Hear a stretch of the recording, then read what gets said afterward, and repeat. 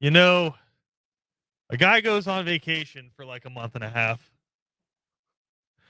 You feel like the first show back, he might be in the studio on time. Who am I to judge how long a person's vacation should be? A month and a half plus, an extra 30 minutes.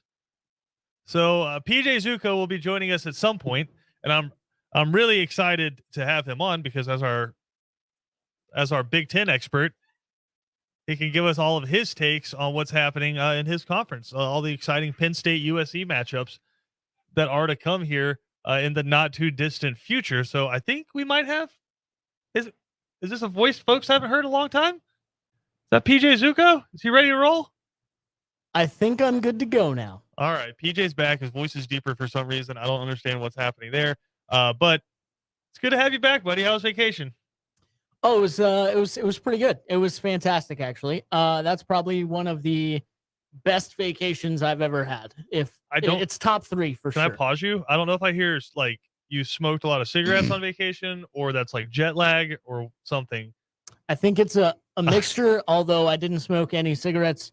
I also like my allergies go insane when you start going to different climates or whatever. And I've been in like 8 different climates in 2 days. So I don't know how that works, but my allergies probably are changing that with my voice and whatever.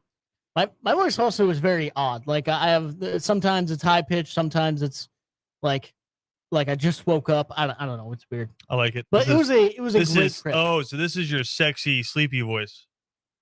If that's what you want to call it, sure. You don't know about the sexy, sleepy voice? No, I've heard about it. I don't know if I have one, but I will say that when you're like just real tired and you're on the phone sleepy. And I'll say that. Like, dude, I talked to you this morning and afternoon. Yes. Yeah. So that's the thing is over the past 2 days, I've been on 2 different 5-hour plane trips, another hour-and-a-half one to the lovely airport in Savannah. Mm-hmm. I will say, had a very good time there, good experience there, flying out and flying back in. But the 2 hours of sleep in between all of those flights on the LAX airport floor, excuse me. Yeah, you and Jim Harbaugh were doing that at the same time. Did you see the videos of him? Really? His daughter was putting up TikToks of him, and he was like full dad mode. He had they said he had like a 11-hour layover. Wow. And so like it's just Jim Harbaugh with like his hood up, sleeping on the floor. He has like on clouds, like the shoes on, like the very dad shoes, like kind of like rubbing his feet together, trying to get comfortable, and then just like standing with his hands on his hips next to the counter. Of course. So it's just Jim Harbaugh. Like there's a video of him like counting and like looking through all of his family's like 12 passports just to make sure everybody was good to go. So yeah, you and Jim Harbaugh. That is kind of funny. We have more in common than I thought. So yeah, but good vacation. Yeah, very solid. I can hear it on your voice. I want to say something that is actually on brand that I did on vacation. It's very on brand for this show. I don't know if you've been. I went to Hawaii. I've just been saying parts unknown. Gotcha. I don't want your fans in Hawaii. It was amazing. First of all, letting you know. Guess what I did in Hawaii? It's on brand for this show. It's something we've talked about in the past few weeks. Oh man. I actually told someone I did this and they texted me back, "Great, hope you had a good time, but why are you doing that in paradise?" Oh, tell me. I saw Jurassic Park. Let's go. Yeah. I've heard it was atrocious. I haven't seen it yet. You know me, I'm not an insane like a strict movie buff or anything like that. I would say if Top Gun Maverick is a 10, Jurassic Park is probably a 6. Like it's a good fun movie. It's not incredible, but it's a good fun movie if that's what you're going for. So yeah, I think like you're looking at the difference between it and its predecessor, and like if you compare it to the original Jurassic Park, which I think a lot of people do in their mind, is like, okay, I love Jurassic Park, I'm gonna go see this, and it's just like, oh, yeah. And that's pretty much how I feel about all of them, except for The Lost World, which was the second one. Yeah, but this isn't about Jurassic Park today, PJ. True. We need your Big Ten brain. Yeah, for sure. No, I just wanted to mention it because I know we talked about it. It's now the Big 16. Yeah, I don't know. I can't keep track. Because as we mentioned yesterday, or as I mentioned, PJ wasn't here. Hello. As I mentioned yesterday, the huge news reverberating around college football took until like a month from now last year for this to happen, but now circle a year minus a week, and it's happening again. Yeah. Oklahoma and Texas last year making the jump to the SEC. USC and UCLA this year making the jump to the Big Ten because, makes sense. So much sense. Can't wait for those UCLA Northwestern games. I haven't even like fully gone through all the matchups in my head, but there are some egregious ones. Yeah, there's some bad ones. I just can't wait for USC to have to play Penn State in like late November. I can't wait for that. That actually could be fun in Happy Valley. Like as long as it's there. Exactly. As long as they have to play there. Yeah. But that being said, when you learned on probably your flight yesterday that this was going down, what was your initial reaction? I just kind of laughed. This is just, at first I thought it was a hoax, not gonna lie. And then I triple checked and I was like, oh, this is a real thing. It's just silly to me. So yeah, I laughed, I chuckled, and that's the word that's just been going. I know it's not some in-depth crazy opinion or whatever, but it's just silly. Are they too, not even for football, like just all around, right? Are they two very noticeable big college brands? Sure. You can argue that both of them have probably fell off in the brand department lately, but they're still traditional and historical brands in college sports. All that being said, I do still think it's kind of ridiculous for many different reasons. We're throwing, which this has been kind of expanding for a while. When you talk about geography, the geography of conferences has expanded, but now we're just throwing it out the window completely. So that's not fun to me. Like there's no real point in that anymore. Well, let me push back on that. I think there is, because sure, is it worth it to pay for the football team to travel a couple times a year to play? Say you're in Michigan and you're traveling to Southern California, right? That's like one plane trip a year where you're going to have to go to Southern California, right? Right. That's fine. What about all the other sports? Yeah. Like you're sending your baseball team down there. You're sending your softball team down there, volleyball teams. You're sending every other sport on a plane ride halfway across the country, or in some instances all the way across the country. Yeah. Like if you're at Penn State. Dude, Rutgers plays in the Big Ten. Correct. Like Rutgers is going to USC. Literally, transcontinental. It's insanity. And like you said, you think of all the different sports you have to pay for to do that. It's wild. I don't know if football is going to pay for all that. Like, because that's the thing, right? We talked about football ain't, but TV before. Sure is. Yeah, I guess. Yeah, true.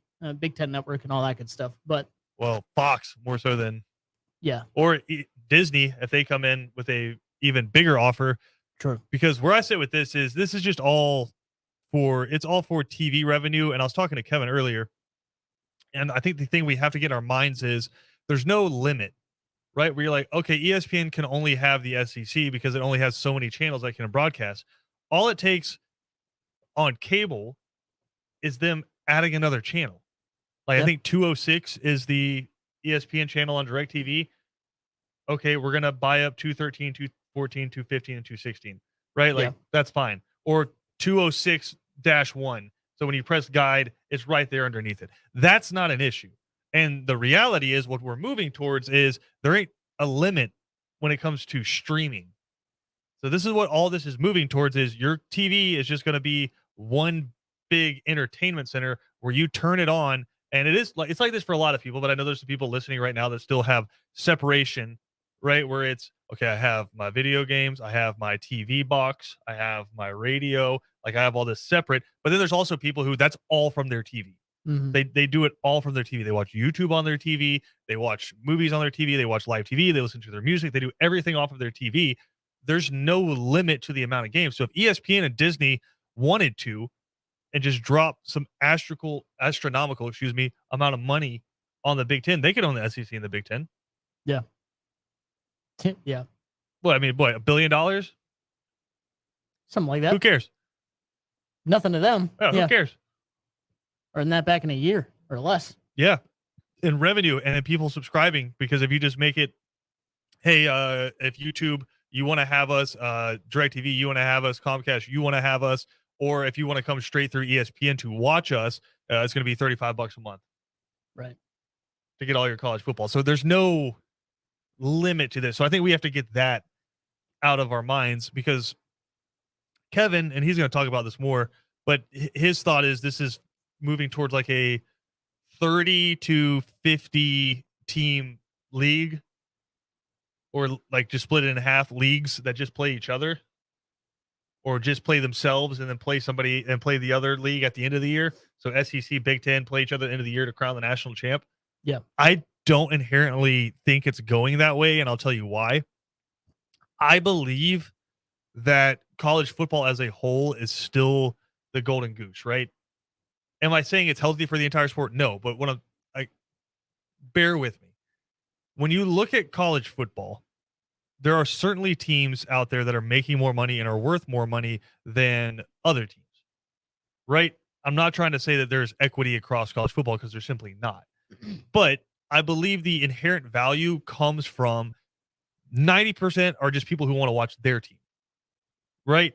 But there is a big fan base that just loves college football and wants to watch the different games every single week, wants to watch the out of conference stuff, wants to watch what a Florida take on a Utah, Alabama taking on Texas. They want to watch those different things. And so the sport of college football, I believe, is the golden goose.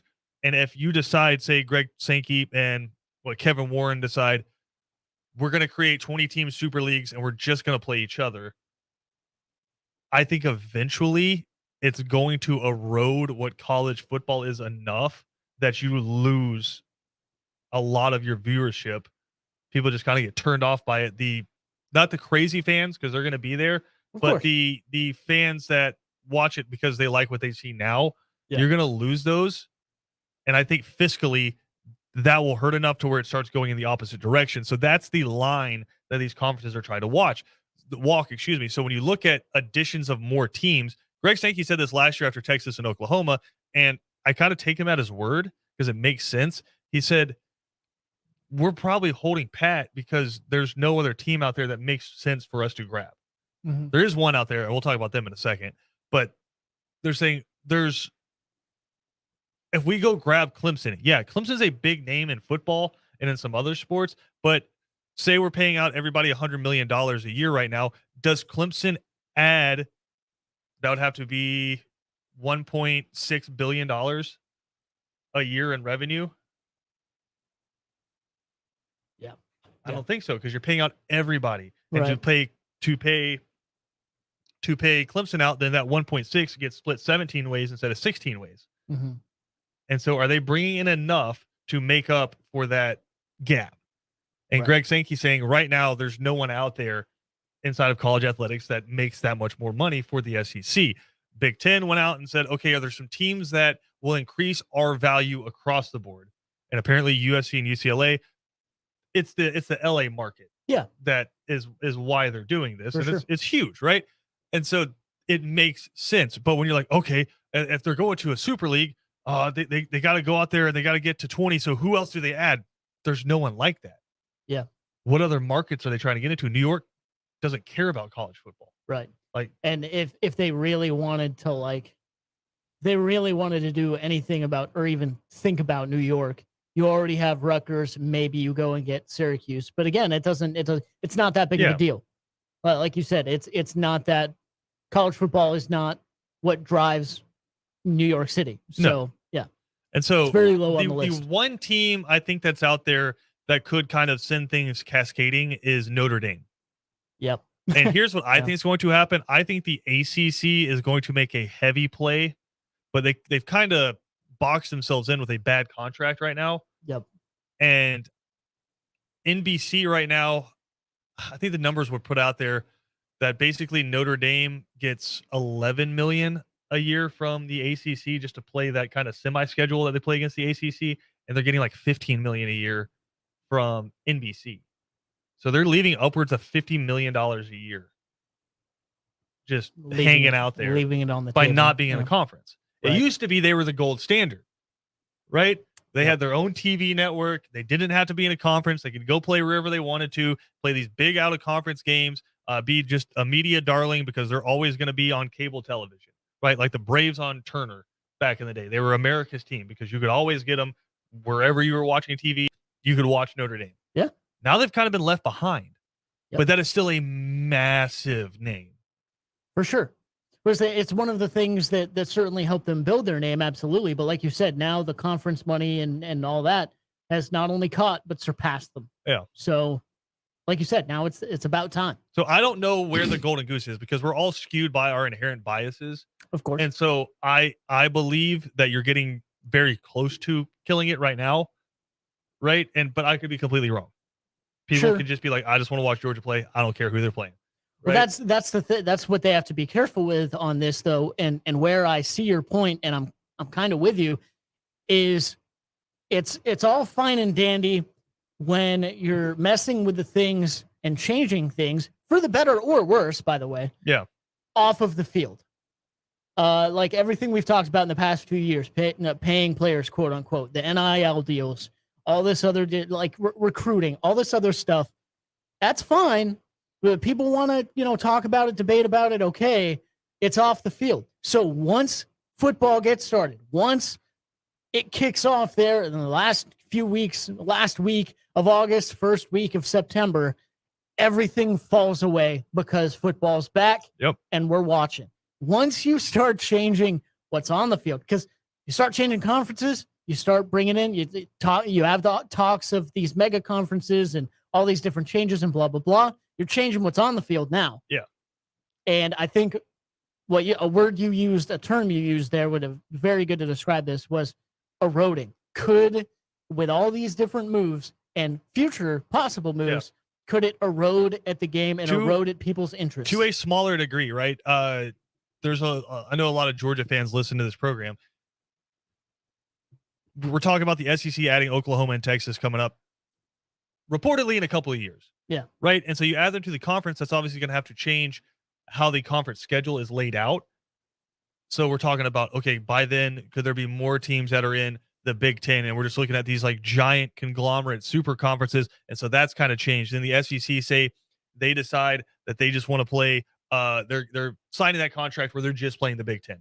Yeah. They're going to try to add 4 more teams. They're going to go after Florida State, Miami, Clemson, and Georgia Tech. They want to add 4 more teams, make it 20, kill the ACC, let them just kind of become like the coastal conference where they can get the remnants of the Pac-12 and the ACC together and do whatever they want to do, right?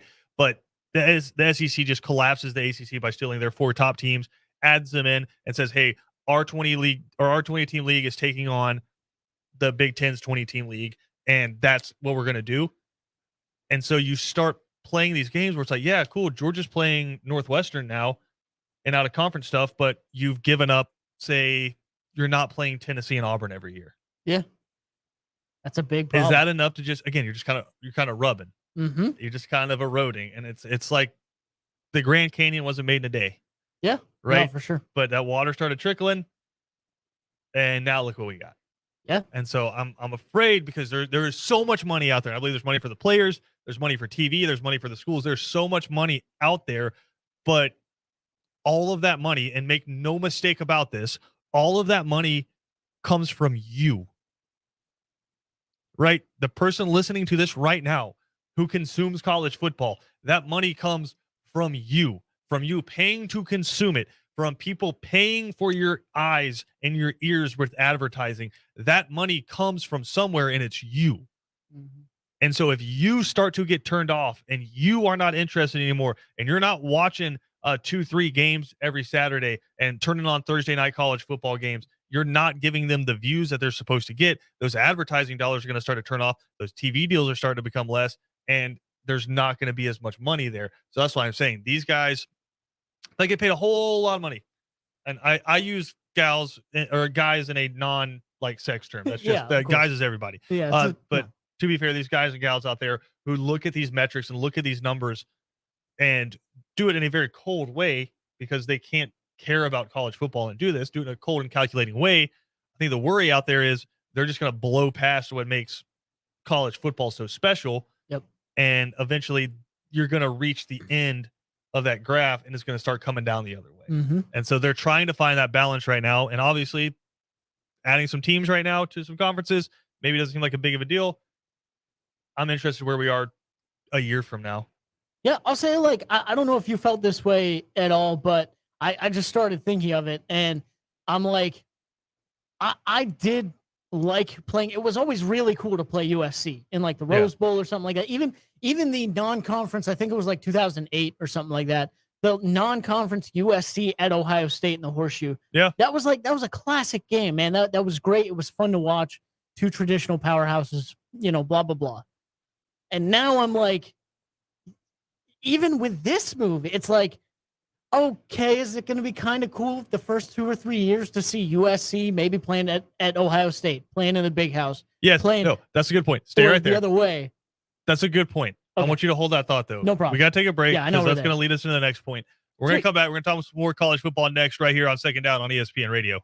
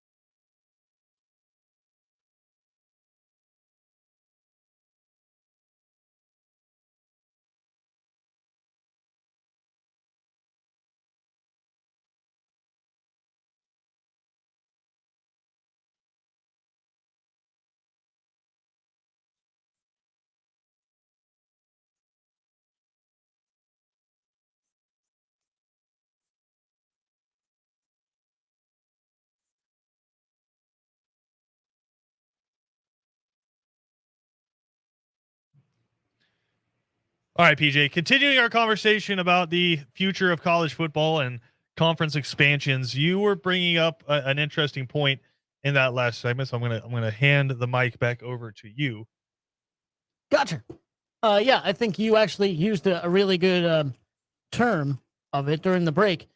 You have these matchups that are a novelty, right? Like when you go on to a Rose Bowl or something like that, even in a non-conference game, you have a Penn State USC, a Michigan UCLA, a USC at Ohio State back in the late 2000s, and it's really epic. It's really cool because you don't see it all the time, and it's two traditional powerhouses that are getting together and being able to play.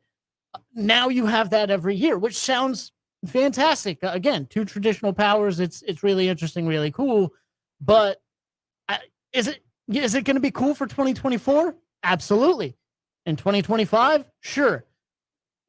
Seeing a Penn State playing the Coliseum, seeing a USC playing the Big House, all these different matchups that you have are going to be really, really cool. I'm just like, when do you I feel like that fades away maybe. Like I'm thinking of now just realistically 10 years from now, USC and UCLA being in the Big Ten, and I'm still going to be like, that doesn't feel right. That's weird. Because it doesn't feel natural. Yeah. It's what odd. I think what they're hoping is it's one game on your schedule out of 12, maybe soon to be 13, who knows? Yeah. But it's one game on your schedule. And so maybe it won't feel like that big of a deal. It'll just be weird that it's a Big Ten game. Right. But my thought about it is, do we care about ticket sales anymore? Because I want to make something abundantly clear. Yep. The reason why this is happening is money.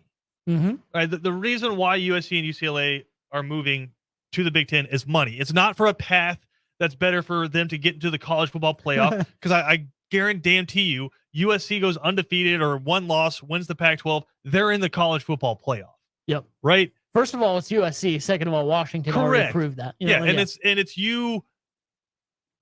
you're making your path a lot more difficult, I'd say, by adding Ohio State, Penn State, Michigan State, and Michigan to your schedule potentially every year. Yeah. Or Wisconsin and Iowa, right? Like your path to the playoff just got exponentially harder if you're USC and UCLA. You're not doing this because you want to win. And I'm not trying to take shots. It's just an example. Georgia Southern did not move up from FCS to FBS to win more football games. Right. They moved up to make more money. Now, do you hire Clay Helton because you want to win more football games and you want to win the Sun Belt? Yeah, absolutely. Do you have any thought in your mind that you're ever going to a college football playoff unless it gets expanded? No. Georgia Southern, as it sits right now, will never be a top 4 team in the country. You would have to go undefeated with a perfect schedule, including like games where you're going to really good top 10 opponents. Yeah. Because if you don't have that and you just have some mid-tier Power 5 teams that you somehow go on the road and upset and you go 12-0 and win the Sun Belt, you're not going to the college football playoff. You'd be the first team as a at-large in the New Year's Six, which would be fantastic for the school, but you're not winning a national championship as it currently sits. Right. Unless something wild happens. So you did not make the jump from FCS to FBS to win more football games. You just didn't. You did it because it's a bigger paycheck, right? Which is fine. No one's going to argue with that. You get better facilities for your players. You get better coaches for your players. They have a better chance of going to the NFL. You get cooler matchups for your fans to see, but you're not doing this to win. Right. USC and UCLA are not doing this to win. Texas and Oklahoma are not adding Alabama, Georgia, Florida, Auburn, LSU, Ole Miss, Mississippi State, Tennessee to their schedule to win more football games. No. They're doing it because it's more money. Right. Right. There's nothing competitive about this. It's, hey, this will get more money from Disney or this will get more money from Fox. Come on over. Yeah. That's the only reason why this is happening. Now, again, I worry that it's going to kill the golden goose. But going back to our point at the beginning, right? The novelty. Penn State playing at USC the first time, that's awesome. Yeah. That away section inside the Coliseum is going to be full of white and, do you call it blue? Yeah. Is there a spec? I don't know if there's like a special No, I name know what you mean. like Nittany Blue or something like that where I get punched if I don't say it right. Like that, I know I'm going to make a lot of people like. Yeah. There's 19 different color names for maroon. Correct. It's maroon. Correct. You know who No, I'm it's talking the about. Crimson Tide. Crimson Tide. There's the Garnet with Florida Yeah, State. yeah. It's all maroon. Yeah. Anyway. Yeah. But no, the first time Penn State goes to USC, an eighth of the stadium or a quarter of the stadium even would be white and blue. Yeah. Right? For sure.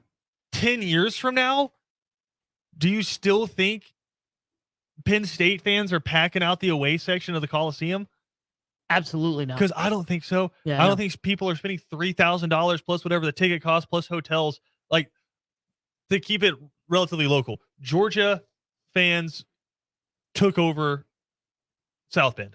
Right. Took over Notre Dame Stadium because it was a novelty. Mm-hmm. Right. Georgia hadn't played in South Bend before. Right. And so it's Notre Dame. You're going to make that trip. You got all the tickets on the ticket black market, right? You got up there, you stole them from the Notre Dame season ticket holders because they were like, yeah, this is usually like a $38 ticket, $3,000 and you're in. Like, cool, done. Because I'm never going to do this again. And I think like don't undersell also the value of social media. And that wasn't there like the week before, wasn't it? It was just all about turning South Bend red. Yeah. So like boom, automatic. I guarantee you, a lot of people. It's the novelty of that. Yeah. You play that every other year or every 3 years. You lose it. You'll get some Georgia fans up there, but it's not going to be 70% of the stadium. Heck no. Right. So I do believe there is something to regional play. Right. Like the Sun Belt, I think, has kind of done expansion correctly. Is James Madison probably the biggest school the Sun Belt could have gotten? No. But if you're a Georgia Southern fan, it's not ridiculous to say, hey, I'm going to drive to Old Dominion or I'm going to drive to James Madison. Right. App State's kind of in the middle of all of it. It's not ridiculous to make that drive or to hop on a cheaper flight. But you're talking about Rutgers playing at UCLA for a regular season game every couple of years. And then when they're not playing there, UCLA's playing at freaking Rutgers. Yeah. It's bad. Yeah. That's it. And like you said, those ticket sales matter. It's going to lose it. Those ticket sales matter to those schools. They do. Do you think these teams don't care about that? Do you think they're just renovating these stadiums? Like Stanford Stadium is about to get a huge renovation. They're kicking the press out of the press box because they're turning it into suites. I'm not complaining about that. Like Georgia press has been spoiled for a long time because you had you had seats at like the 50-yard line at Stanford Stadium on the home side and like open air. Like you've been spoiled for a long time. Not complaining about that, but they're renovating these stadiums. Why? Because they still make millions of dollars every week off of ticket sales. You're not going to sell as many tickets. Yeah. It's just the truth. So, and whether that's the thing is that gets even worse, the worse the team plays there. Like I'll say it right now.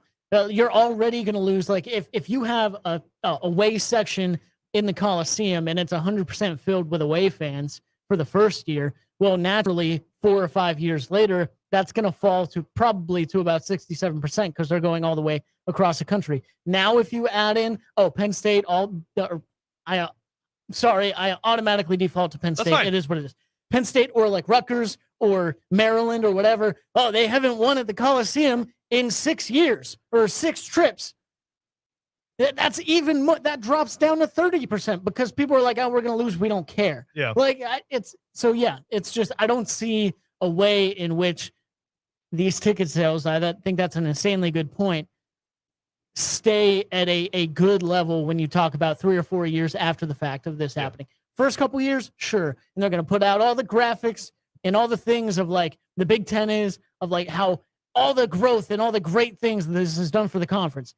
5 years later, they're not going to put out those graphics anymore because it's going to be worse. Correct. So other than the money, other than money will still be good. The TV deals and the LA market, of course that's going to be huge. I don't have to go anywhere. I don't have to go anywhere to turn on a game in Happy Valley. I don't have to go anywhere to turn on a game in LA, right? Yep. I just sit at home and flip through it. And that's really all they care about. The schools care about putting people inside the stadiums because, again, that's millions of dollars 8 times a year sometimes, 7 times a year sometimes. And not only that, like think about the interest too. Like you talk about ticket sales and stuff for the away fans. Well, how much does it change if USC normally has like Oregon or that's a premier game or normally has like even Oregon State or something like that. Someone from the West Coast that people have a friendly, healthy rivalry with, and they want to go to the stadium to see that game no matter what. Oh, we went to. You think they're going to fill up the stands, even the home fans, for a Rutgers game? No. No. No. So, like, it's away fans and it's Hey, home they fans invented that football in lose in Rutgers. this. Yeah. Good for. I know we're hating on them a lot, but man, it's Rutgers. Another Scarlet Knights. Pandemonium in Piscataway was like 13 years ago. Is Scarlet maroon? No, Scarlet's just red. Okay. Yeah, it's just red. So is, well, I guess Ohio State uses Scarlet as well. But yeah, no, it's red. It's bright red. Whatever. Good for you. Red and gray. That's it. We need to get our Home Depot color matcher out. We'll let you know what colors they really are. We got more to come here on Second Down. We'll be back after this.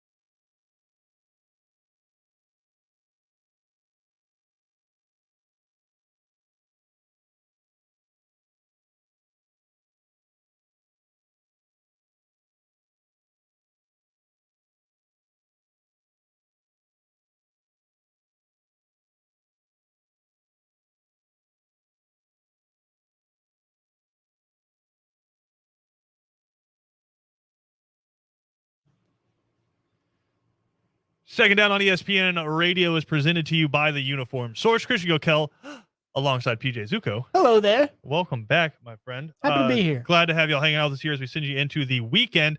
PJ, we're going to get into some more college football conversation, shifting away from stuff we can't control. But we do have to talk about something we can control, which is the internet and searching on it to answer questions. And so we were talking about Rutgers is Scarlet, right? They're the Scarlet Knights. Mhm. Ohio State calls their red Scarlet as well. Yeah. Just because they're copycats, they just copied Rutgers. Penn State has 3 different blues that they use in branding. Oh, no. It's just white and blue, man. I need you to tell me the 3 different ones. Okay, let's guess here. Yep. Is it Midnight Navy? No. I You know have 3 guesses. that's sometimes a. I'll go with one I chose. I think in the break, Deep Sea Blue. No, you got to think more around the school itself. It's all about branding, baby. 2022. Around the school itself, there's not really any I don't know, Lake Erie Blue. That's not even No, close you to want the me to tell school, you? but yes, absolutely. You got Nittany Navy. Why? When you said around the school, I was like, are they really going to call it Nittany? Yeah. Nah, it wouldn't be that bad. Nittany Navy. Oh my gosh. Pennsylvania Sky, which is Come a very on. light blue they use in branding. And, I mean, the obvious one, Beaver Blue. Why? It's already it's obvious. it's already silly enough that the stadium's Beaver Stadium. Why are you going to use it in branding colors? Beaver Blue, baby. That's hilarious. That's the palette there at Penn State. I'm going to start telling people that. We got to make that a thing, Penn State. All these different schools have scarlet and garnet. That was weird to say. Crimson, cream, whatever. If I ever go to a game again, I'm going to be like, let's go Beaver Blue. No. It's the Nittany Navy that y'all wear during games. Oh, I don't want it. That's not as good. Fine. I'll go Nittany Navy. I'm going to say, let's go Nittany. And people are going to be like, yeah, he's going to say Nittany Lions. And I'm going to say blue. Let's go Nittany Navy. I'm already messing it up because it's that bad, Christian. That's terrible. Oh, well, I mean, Georgia's isn't much better. Do they have a...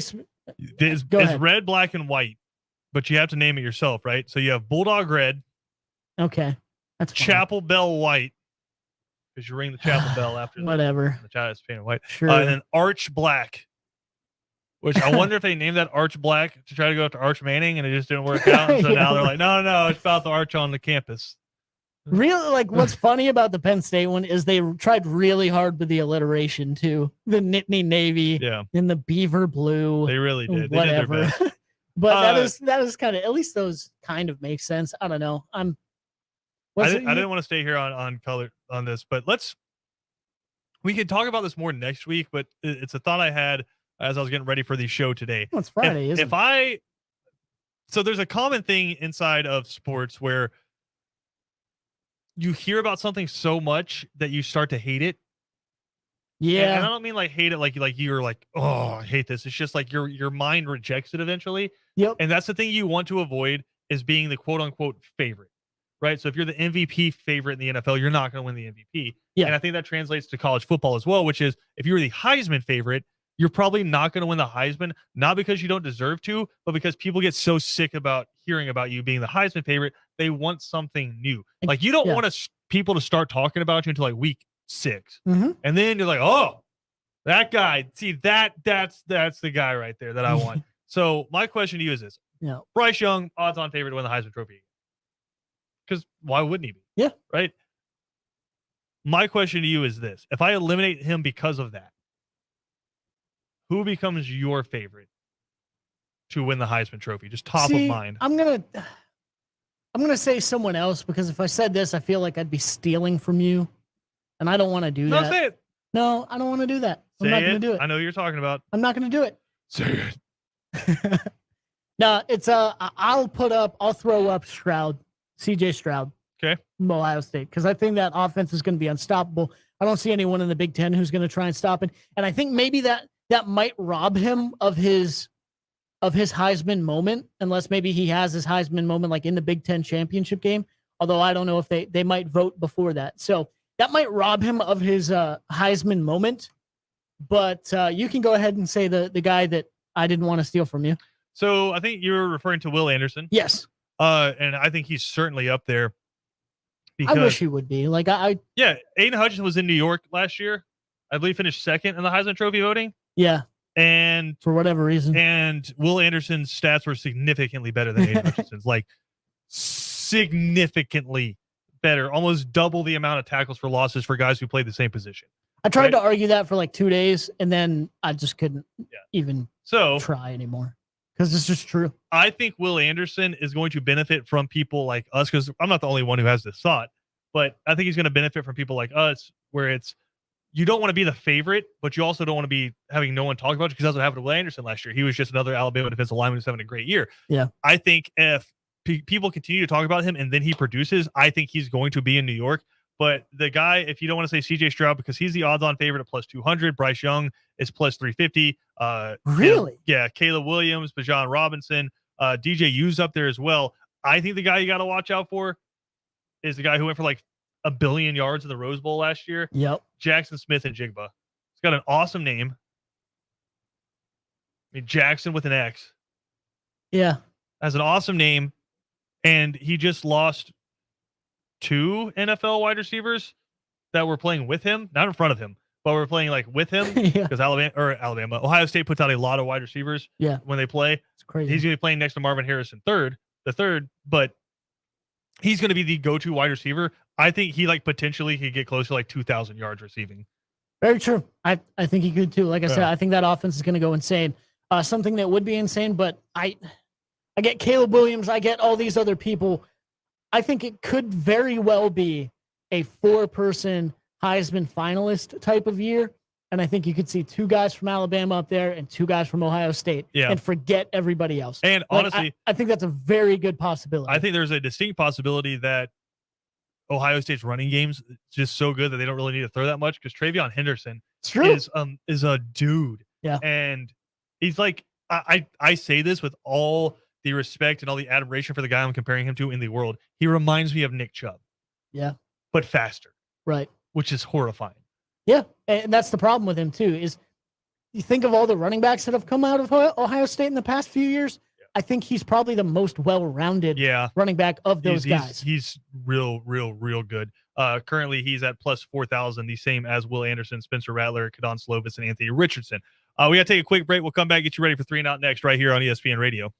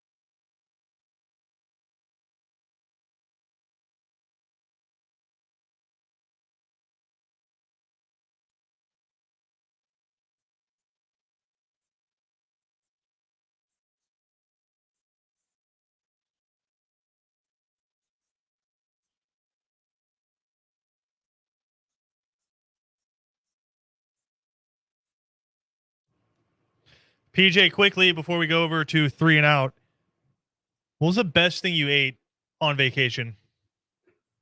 Oh man, it's really hard to describe.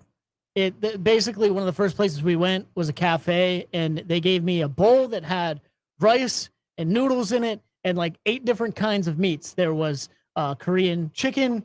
There was tuna, like seared tuna. Okay. There was fried spam and fried chicken in there. Oh yeah, fried spam. There was staple.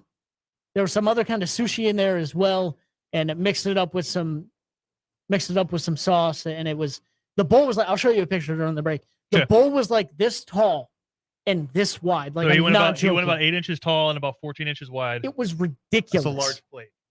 3 and Out coming up next. Me, PJ, and Ben will be hanging out. Kevin will be joining us shortly. He's dealing with some, boss stuff. Big time things. Boss Yep. stuff. But me, Ben, and PJ will be back after the break. If you missed any portion of this show, check it out on ESPNCoastal.com.